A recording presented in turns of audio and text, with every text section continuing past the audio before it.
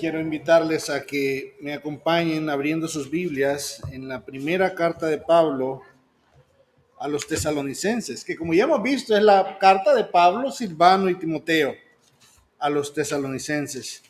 Pero que sin duda Pablo pues tenía un papel importante guiando esa carta allí. Hoy vamos a enfocarnos en el capítulo 3 y vamos a enfocarnos en los primeros 5 versículos. Pero para darle un poco de contexto, vamos a leer desde el versículo 17 del capítulo 2. Dice la palabra de Dios: pero nosotros, hermanos, separados de vosotros por breve tiempo, en persona, pero no en espíritu, estábamos muy ansiosos, con profundo deseo de ver vuestro rostro, ya que queríamos ir a vosotros, al menos yo, Pablo, más de una vez, pero Satanás nos lo ha impedido. Porque ¿quién es nuestra esperanza o gozo o corona de gloria?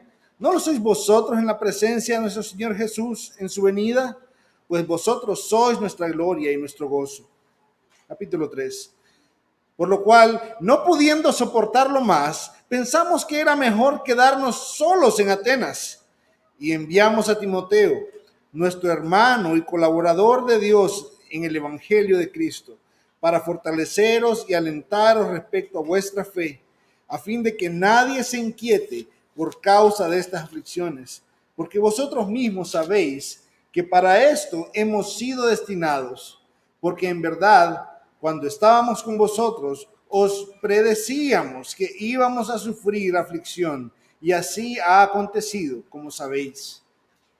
Por eso, también yo, cuando ya no pude soportar más, envié para informarme de vuestra fe, por temor a que el tentador os hubiera tentado y que nuestro trabajo resultara en vano. Acompáñenme a orar. Padre Celestial, gracias, Señor. Gracias te damos por tu palabra. Te suplicamos, Señor, que en esta noche nos concedas, Señor, entenderla. Te suplicamos que en esta noche, Señor, nos concedas que nos ilumines, Señor, y que nos transformes usándola. Que nos transforme, Señor, que penetre en nuestro corazón, que corte aquello, Señor, que no te honran en nosotros, Señor. Gracias por tu Santo Espíritu, que nos guía, Señor. Gracias por este tiempo juntos. En Cristo Jesús. Amén. Leíamos la semana pasada que era el deseo de Pablo, y como le leíamos ahorita hace un momento también, de Pablo, Silvano y Timoteo, volver a pasar tiempo con esta iglesia. De hecho, en algún momento, Pablo, Silvano y Timoteo decían que se sentían como hijos huérfanos. No como papás que perdieron a sus hijos, no, como hijos huérfanos al no tener contacto con esta iglesia. Y cuando hablaban de tener contacto, no estaban hablando de redes sociales, no estaban hablando de Zoom, no estaban hablando de Telegram, no, era contacto cara a cara. Ellos también podían escribirse, los mensajes tardaban un poco más y eran más largos por eso. Pero el contacto que ellos querían era cara a cara, porque entendían que las relaciones se desarrollan realmente de manera presencial, cuando estamos juntos. No es lo mismo comunicarnos por una carta, es bonito, pero no es lo mismo que cuando estamos juntos. No es lo mismo mandarnos un mensajito, escribirnos un correo electrónico, que cuando estamos juntos. Igual que para nosotros no es lo mismo cuando nos vemos por YouTube o por Facebook que cuando estamos juntos. Había un deseo de relación. Porque en la iglesia no solo es un asunto de conexión, es un asunto de relación. Habían intentos de ir, Pablo mismo había hecho intentos, pero dice que fueron impedidos por Satanás, Porque Satanás no solamente se opone al avance del evangelio, también se opone al avance de las relaciones que se basan en el evangelio. Y ese es nuestro tema hoy. Relaciones basadas en el evangelio. Eso es justamente lo que vamos a estar viendo. Y lo que vemos al final del capítulo 2 es que había un profundo afecto, había amor, había gozo por causa de la obra que Dios estaba haciendo entre ellos. ¿Por qué era este gozo? ¿Por qué era este afecto? Ya vimos en el capítulo 1 y 2 la obra que Dios estaba haciendo. Y esta era una iglesia vibrante, esta era una iglesia viva, esta era una iglesia que no necesitaba siquiera de los apóstoles. Los apóstoles llegaban y ellos ya habían avanzado con el evangelio y se encontraban que, no sé, aquí ya no tenemos nada que hacer. Esta era una iglesia que estaba sirviendo de ejemplo a otros. Esta era una iglesia que había abrazado el evangelio, que la obra de Dios era evidente en ellos. Una iglesia resuelta a llevar las buenas noticias de Cristo a otros. Y eso hacía que ellos lo llamaran nuestro gozo, nuestra corona, nuestra gloria delante del Señor. Hoy, en capítulo 3, cuando vemos el versículo 1 y 2, dice, por lo cual, no pudiendo soportarlo más. Así era el deseo de Pablo por verlos. Así era el deseo de Silvano y de Timoteo por verlos. Estaban tan gozosos con lo que Dios hacía en esta iglesia que su deseo era estar con ellos, al punto que llegaron a no poder soportarlo más. Ellos estaban en Atenas, pero querían estar en Tesalónica, viendo lo que Dios hacía en esta iglesia, con otros propósitos que vamos a ver en el texto también. Pero ya había un sentido de angustia. El deseo era tan grande que dice que ya era intolerable. Algo tenían que hacer. Y lo que nos dice el texto es que ellos resolvieron, pensaron, llegaron a la conclusión de que lo mejor era quedarse solos en Atenas. ¿Cómo así? ¿Cómo eso de que quedarse solos en Atenas? Sí, ellos estaban en Atenas, no estaban en Tesalónica. Y la verdad estaban ellos tres solos. Estaban ahí solos y estaban sufriendo persecución. ¿Pero por qué dice quedarse solos en Atenas? Porque la decisión que tomaron fue enviar a Timoteo. Entonces lo que se quedan solos es Pablo y Silvano. Pablo y Silvano deciden quedarse solos. No soportaban más la idea de no tener información sobre esta iglesia a la cual amaban tanto. Sí, esto tiene que ver con relaciones pastorales. Pero quiero decirles, no solo con relaciones pastorales. Es que este es el amor que surge alrededor del evangelio. Este es ese amor cuando de repente pensamos, fulano ha estado enfermo y ha estado sin trabajo y no le he hablado. No voy a dejar que pase un día más, voy a llamarlo. O por otro lado podría decir, no, esa es tarea del pastor únicamente. No, es tarea de todos nosotros. Es la familia de la fe. Es tarea de cada uno de nosotros. Porque estas relaciones que crecen a medida que crece nuestra fe, son esas relaciones que Dios ha puesto providencialmente a nuestro alrededor.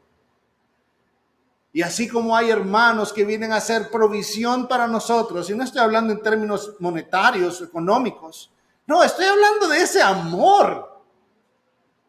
Dios nos usa a cada uno de nosotros también para hacer provisión para otros hermanos. Y así las relaciones basadas en el evangelio van creciendo. Es un vínculo que no surge de capacidades individuales. Es que como yo puedo, a mí me necesitan.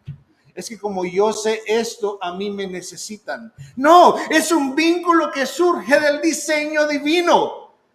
Dios diseñó la iglesia y la diseñó, dice la Escritura, como un cuerpo. Y siendo un cuerpo, cada uno de nosotros viene a ser un órgano. Todos, cada uno viene a ser un órgano en el que cuando ese órgano empieza a mal funcionar o deja de funcionar, todo el cuerpo se duele. Pero cuando cada órgano hace su labor, el cuerpo disfruta de salud, de energía, de ánimo, de poder disfrutar de su entorno. Entonces es cada uno de nosotros, porque ser cristiano nunca se ha tratado de habilidades independientes. Se ha tratado de la habilidad de crecer espiritualmente de manera colectiva, no de manera aislada, sino bajo el desarrollo de relaciones profundas dentro del cuerpo de Cristo. Y eso es lo que vemos a lo largo de la Escritura. Eso es lo que vemos a lo largo de la Escritura. Desde el inicio, Dios no creó solamente a Adán, no, creó a Adán y Eva. Y cuando vemos la misma esencia de Dios, que existen tres personas en perfecta comunión y nos hace a nosotros a su imagen y semejanza, vemos esa necesidad, vemos esa expresión, ese reflejo de su naturaleza en relaciones que se desarrollan alrededor de la palabra, alrededor del diseño de Dios. Por eso esta es una decisión difícil para ellos. Estamos aquí en Atenas, estamos pasándola difícil. Pero hermanos, yo creo que uno de nosotros tiene que irse. Sí, nosotros vamos a quedar más limitados acá. Nosotros vamos a quedar con menos compañerismo. Solo quedamos dos, pero ni modo, Timoteo, tenés que irte. Tenés que irte porque es que también amamos a esos hermanos. Es que también necesitamos saber cuál es la condición de estos hermanos. Note bien que ellos no vienen y dicen, miren, contratemos este mes a alguien que sea especialista en motivación. Porque como los de Tesalónica también están pasando tribulaciones, lo que necesitan es un motivador. No. Ellos no envían un motivador. A quien envían es a Timoteo. Y describen a Timoteo como colaborador de Dios. ¿En qué, familia? ¿Qué dice el texto? En el Evangelio, exactamente. El propósito no era que él fuera ahí con chistes y con buenas vibras a animar a la iglesia de Tesalónica. No, era con la palabra de Dios, era con el mismo Evangelio. Porque eso es lo que necesitamos en medio de las tribulaciones, la palabra de Dios y la comunión con los hermanos. Eso es lo que Dios ha provisto para nosotros en medio de las tribulaciones. Y muchas veces esto va a requerir un amor sacrificial, como lo vemos en Pablo y Silvano, diciendo, nos quedamos solos, está bien, pero Timoteo, usted necesita ir, compañero. Vaya, y si vemos el versículo 2 hasta el 4, vemos que hay propósitos específicos. Vaya para fortaleceros y alentaros respecto a vuestra fe, a fin de que nadie se inquiete por causa de estas aflicciones, porque vosotros mismos sabéis que para esto hemos sido destinados. Voy a volver a leer el versículo 3. A fin de que nadie se inquiete por causa de ¿qué? Estas aflicciones. ¿Por qué, familia? Porque vosotros mismos sabéis que para esto hemos sido destinados. Porque en verdad, cuando estábamos con vosotros, os predecíamos que íbamos a sufrir aflicción. Y así ha acontecido, como sabéis. Cuando las relaciones basadas en el Evangelio crecen, lo que sucede es que el amor, ese amor que Dios ha derramado en nuestros corazones, el amor de Cristo, también crece y nos lleva a cuidarnos mutuamente. Y particularmente en aquello que tiene que ver con nuestra fe. Con nuestra fe. Nos importa cómo está la condición de nuestra fe. Y es lo que vemos aquí. Cuando ellos no podían moverse los tres, lo que hacen es que envían a Timoteo. ¿Para qué? Para fortalecer a estos hermanos, para alentarlos respecto a su dificultad económica. No. ¿Dificultad social? No. ¿Dificultades familiares? No. Era su fe. En medio de las aflicciones, lo más importante que Pablo, Silvano y Timoteo entendieron que debían hacer era acompañar a esta iglesia o enviar a Timoteo para que fuera con esta iglesia y los alentara en torno a su fe, para que los fortaleciera en torno a su fe. Y nosotros sabemos por la misma palabra que la manera como nuestra fe es fortalecida es por la misma palabra. La fe viene por él oír, y el mensaje que se escucha es la palabra de Dios. Así que no enviaron a un motivador, no, enviaron a un maestro, a un predicador para fortalecer la fe. Note que no enviaron a un estratega para que les ayudara a escapar de las circunstancias. ¿Por qué digo esto, hermanos? Porque muchas veces nuestras oraciones así suenan. Señor, sácame de estas circunstancias difíciles. No recuerdo ni una tan sola oración de Pablo con ese tono, con esa línea. No, las oraciones es que su fe sea fortalecida para mantenerse firme a pesar de las circunstancias difíciles. Las circunstancias difíciles, el mundo nos grita y nos dice, ustedes son tontos, porque ustedes podrían pasarla más fácil por estar honrando a Dios y vas a estar pagando esos impuestos, vas a estar pagando esa multa de tránsito, si te la podías ahorrar, si le pasabas un poquito de raja al policía. El mundo nos va a decir que somos tontos, que somos ignorantes.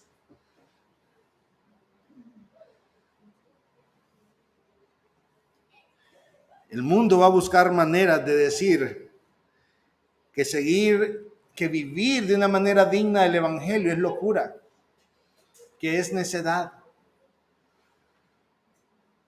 Y a veces nosotros esperamos que nuestras aflicciones vengan iguales que las que se pueden ver en la actualidad en India o en China o en Medio Oriente. Personas siendo presas, esclavas, decapitadas, cortados en pedacitos por la fe. Pero si es que a nosotros nos cuesta a veces honrar la ley por nuestra fe. Nos cuesta honrar la ley por nuestra fe. Nos cuesta respetar a nuestros gobernantes por nuestra fe. Y a veces estamos pidiendo ese tipo de persecuciones y no aguantamos con un poquito.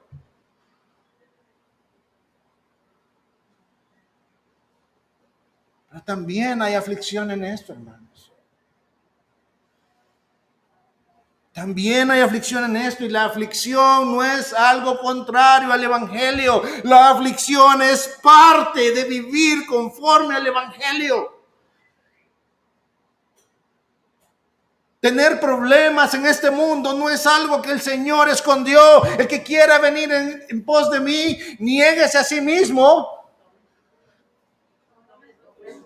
Cada día y sígame. Tomar su cruz no es ponerse un crucifijo aquí. No hay nada de malo en que usted se ponga un crucifijo. Tomar la cruz es estar dispuesto a ser tratado como un delincuente.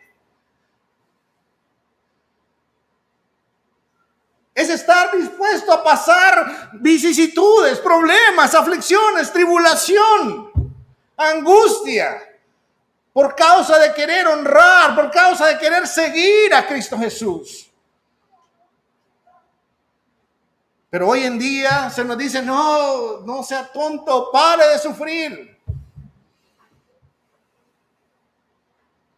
Cuando la Escritura nos dice que Timoteo fue enviado a fin de que nadie se inquiete por causa de estas aflicciones. Las aflicciones no tienen que inquietarnos, familia. Las aflicciones son parte de la vida cristiana y ustedes lo saben. Miren lo que dice ahí, porque vosotros mismos sabéis que para esto hemos sido destinados. Las aflicciones no se escapan de la soberanía, del control de Dios. Todas nuestras aflicciones, cada una de ellas, es bajo el cuidado, bajo la supervisión de nuestro Dios. Tienen como propósito fortalecer mi fe. Cuando salgo aprobado en medio de cada prueba, en medio de cada circunstancia, mi fe crece. Ese es el propósito. Pero muchas veces lo que anhelamos es una vida sin aflicciones, una vida sin dificultades.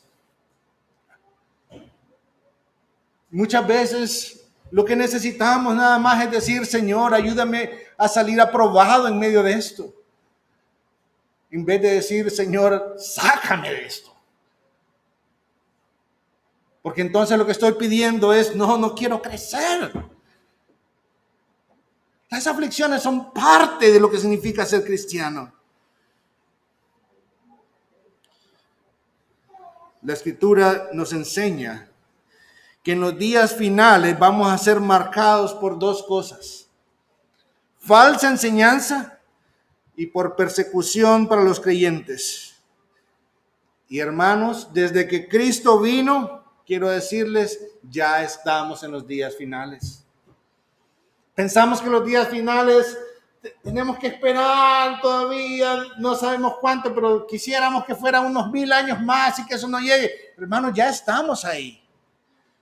Miren lo que dice la Escritura. Hebreos 1 dice, Dios, habiendo hablado hace mucho tiempo, en muchas ocasiones y de muchas maneras a los padres por los profetas, en estos últimos días, no dice cuando vengan los últimos días, dice en estos últimos días nos ha hablado por su Hijo.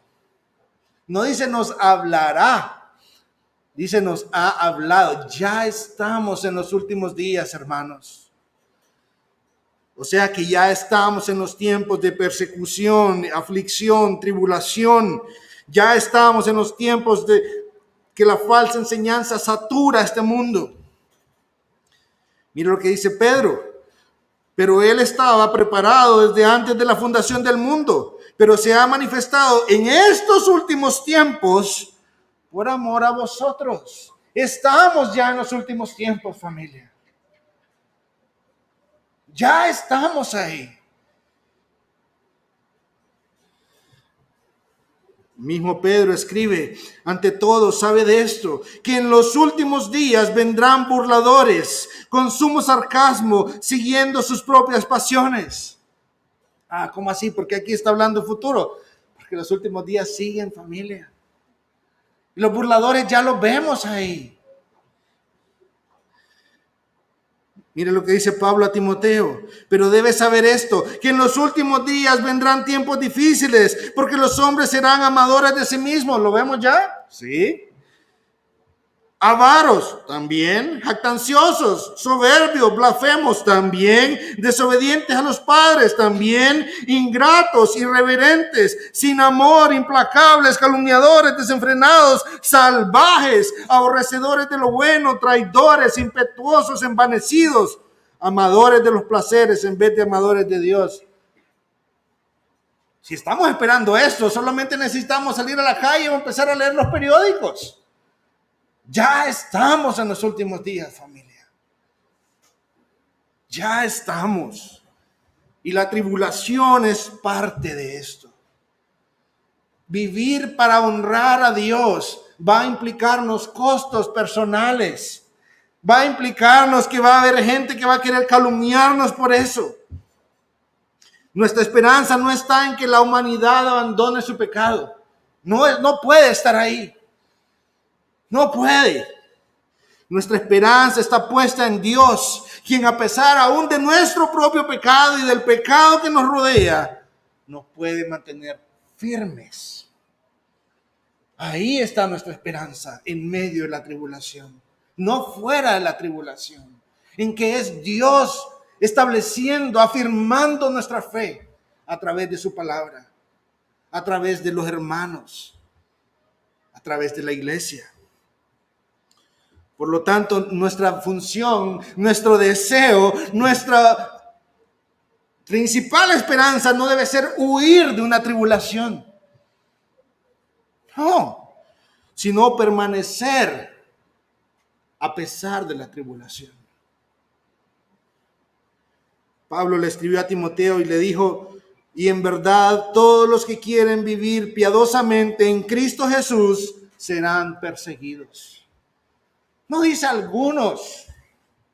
De una u otra manera, todos tendremos que pasar persecución, algunos más graves, otros más leves que otros. Pero todos, de alguna u otra manera. Cuidado con aquellos que nos dicen que el sufrimiento no tiene nada que ver con la vida cristiana. Que si usted está pasando por sufrimiento es porque la bendición de Dios no está con usted. Eso no es bíblico, eso es herético. Cuidado cuando nos digan que la tribulación solo es algo para el tiempo futuro. No, eso es para cada cristiano.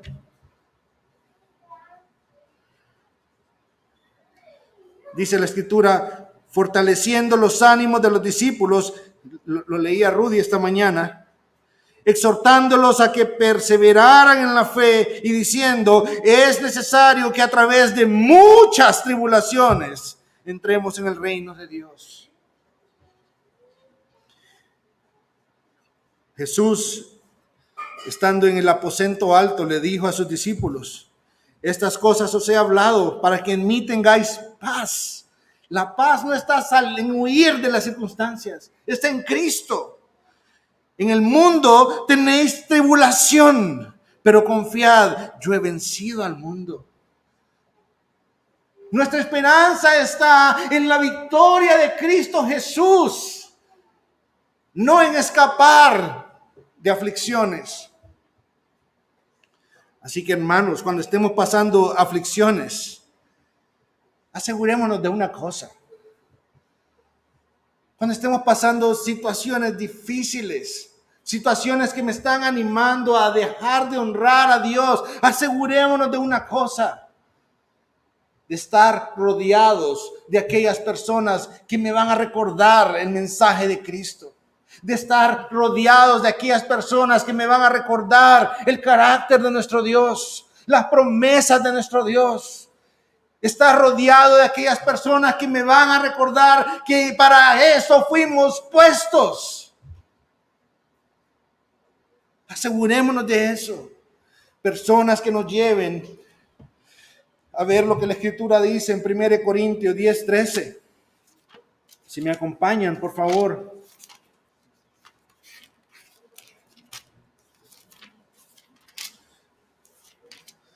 Donde dice, no os ha sobrevenido ninguna tentación que no sea común a los hombres. De modo que no podamos decir, ay no hermano, si es que usted no se da cuenta, esto era sobrehumano. No hermano, eso no existe. Eso no existe. Tenemos un Dios que es tan fiel que miren lo que dice, no os ha sobrevenido ninguna tentación que no sea común a los hombres. Y fiel es Dios, que no permitirá que vosotros seáis tentados más allá de lo que podéis soportar. Las situaciones que usted tiene, que están afligiendo su vida, que están atribulando su vida, son situaciones a la medida de su fe. Dios es fiel y cuidadoso de nosotros para asegurarse de que usted no va a estar en medio de situaciones en las cuales usted puede decir, es que yo realmente no podía. No, es Dios encargándose, dosificando, si lo quiere decir así, de tal modo, cuidándole de tal modo que nada vaya más allá de lo que Él ya ha hecho en usted. Es decir, aún en medio de nuestras tribulaciones, vivimos por esa gracia que nos guarda, por esa gracia que nos cuida. Dice, sino que con la tentación proveerá también la vía de escape. Ese es nuestro Dios. Un Dios que no está permitiendo las circunstancias difíciles para complacerse en cómo caemos, sino para complacerse en cómo le buscamos y buscamos honrarle a Él. Así que, hermanos, el sufrimiento sí es parte de la vida cristiana. Y por eso nos damos cuenta que Pablo no se lo escondió a los tesalonicenses. Él dice que ellos mismos se lo anticiparon para que no le tomara por sorpresa.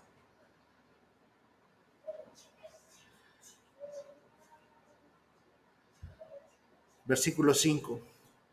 Por eso también yo, cuando ya no pude soportar más, Pablo deja de hablar en el plural epistolar, porque eran 3 los autores, y empieza a hablar de él individualmente. Cuando ya no pude soportar más, envié para informarme de vuestra fe, por temor a que el tentador os hubiera tentado y que nuestro trabajo resultara en vano. Note que Pablo no los consideró a los tesalonicenses como blindados. No, a ellos no les va a pasar nada, ellos están súper bien. No, todos tenemos necesidad. Todos tenemos necesidad y todos tenemos flaquezas también. Todos necesitamos del ánimo constante del cuerpo, usando la palabra de Dios para fortalecer nuestra fe. Y es que ese amor nos lleva precisamente a eso, a cuidar lo más importante que Dios nos ha dado, nuestra confianza en Cristo Jesús. Nuestra mirada puesta en Cristo Jesús. Y eso solo se estimula a través de la palabra y a través de la comunión con hermanos que nos lleven a la palabra. Pero también necesitamos entender, hermanos, que hay una lucha ahí. Tenemos un enemigo, Satanás, que no solo busca destruir el avance de la fe y el avance de las relaciones en la iglesia, sino también a los miembros de la iglesia. Pero tenemos de nuestro lado a aquel que venció, a Cristo Jesús, quien nos ha hecho parte de Él, de su cuerpo, de su iglesia. Así que, familia, cuando miramos este pasaje, ¿qué hay para nosotros ahí? En primer lugar, el cristianismo no se compone de una élite espiritual dentro de las iglesias, sino de una fraternidad de hermanos del cuerpo de Cristo, tan ligados unos a otros que comparten no solo sus alegrías, sino también sus tristezas, no solo sus victorias, sino también sus derrotas, comparten su vida. 2. El mejor apoyo que podemos tener en medio de circunstancias difíciles no es el de personas capaces de cambiar mis circunstancias. Ese no es el mejor apoyo.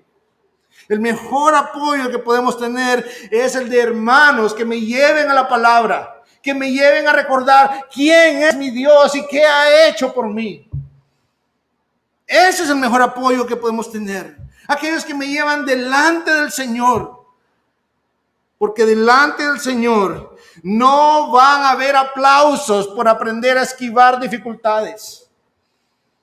No, el elogio va a ser por buen siervo y fiel. En lo poco fuiste fiel, en lo mucho te pondré. 3, las aflicciones ya están aquí, hermanos. No todos las vamos a pasar de la misma forma, pero sí todos las vamos a pasar. Las estamos pasando. Aquí de repente no estemos siendo perseguidos, asesinados por la fe, pero sí vamos a ser ridiculizados por nuestra fe y por vivir de acuerdo a nuestra fe. Aquí no vamos a ser encarcelados por nuestra fe, pero sí vamos a sufrir por leyes que nos empujan a actuar por debajo de la mesa. Y entonces tengo que tomar decisión a quién voy a honrar. Hay muchas formas en las que nos daremos cuenta que la persecución ya está. Este pasaje, familia, por último, describe en gran manera la tarea pastoral.